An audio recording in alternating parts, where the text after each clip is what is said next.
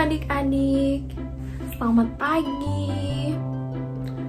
Hari ini senang sekali adik-adik bisa berkumpul sekali lagi untuk beribadah di sekolah minggu. Sebelumnya, kita berdoa dulu yuk untuk berterima kasih kepada Tuhan Yesus. Adik-adik ikutin Kakak Elis ya berdoanya. Mari kita lipat tangan dan tutup mata dan kita berdoa. Tuhan Yesus, terima kasih hari ini kami semua dapat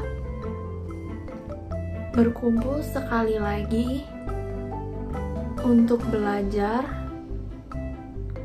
dan mendengarkan firman Tuhan.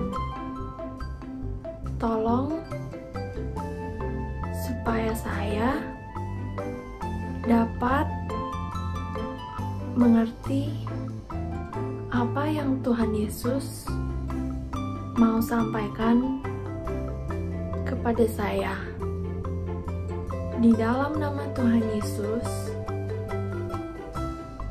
aku berdoa. Amin. Oke, sebelum Kak Elis hari ini mau cerita tentang persembahan janda miskin, kita nyanyi-nyanyi dulu yuk untuk memuji dan menyembah Tuhan. Supaya apa? Supaya menyenangkan hati Tuhan. Oke, kita nyanyi yuk.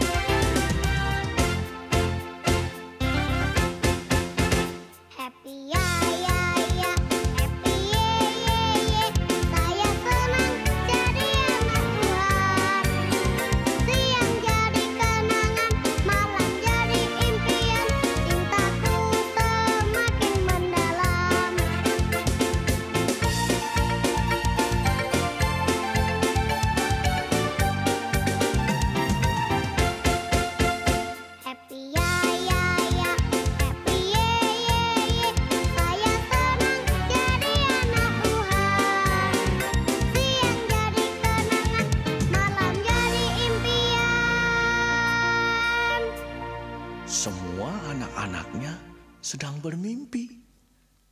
Ada yang bermimpi diajak papa jalan-jalan. Ada yang bermimpi dibeliin baju baru sama mama.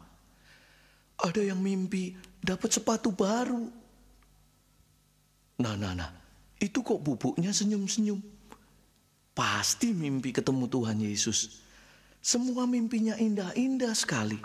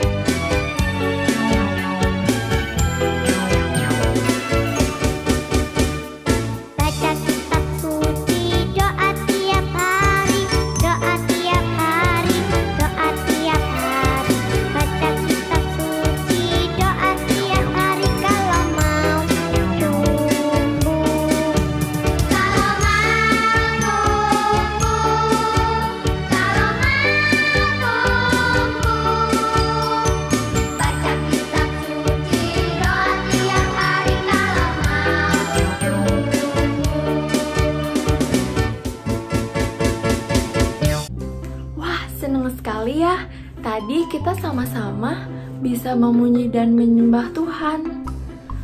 Kita harus selalu bersyukur kalau kita masih diberi kesempatan untuk menyenangkan hati Tuhan.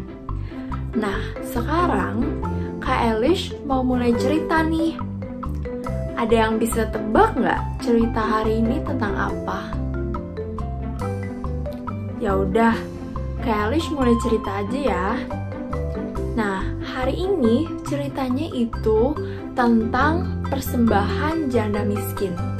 Kak Elish mau kasih tahu kalau cerita ini tuh diambil dari Alkitab, yaitu dari Markus 12 ayat 41 sampai 44 dan dari Lukas 21 ayat 1 sampai 4.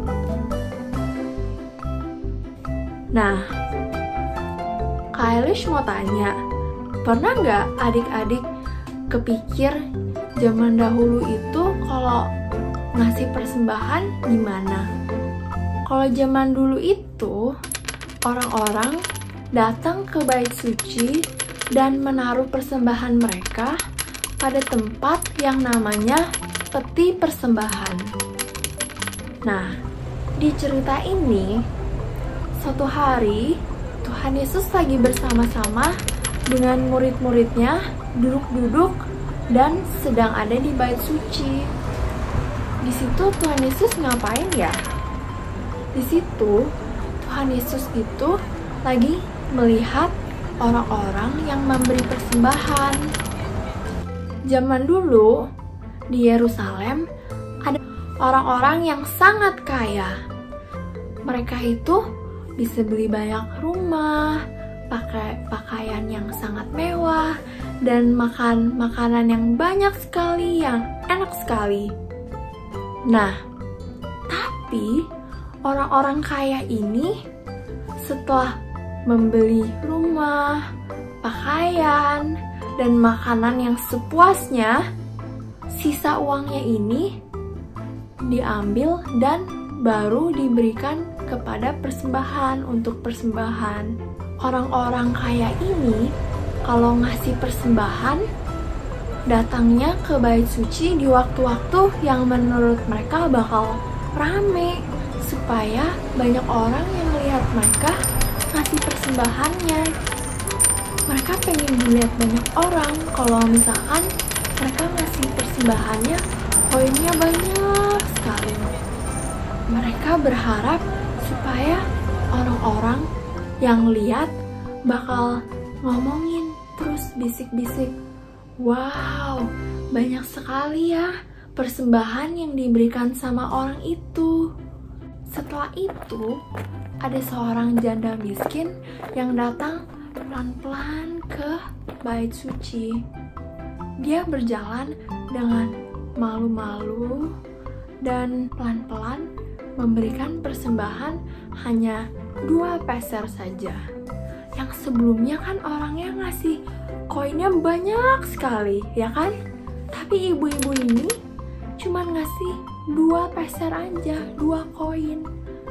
Tapi waktu Tuhan Yesus lihat, Tuhan Yesus bilang kepada murid-muridnya, "Aku berkata kepadamu, sesungguhnya janda miskin ini memberi lebih banyak daripada semua orang itu."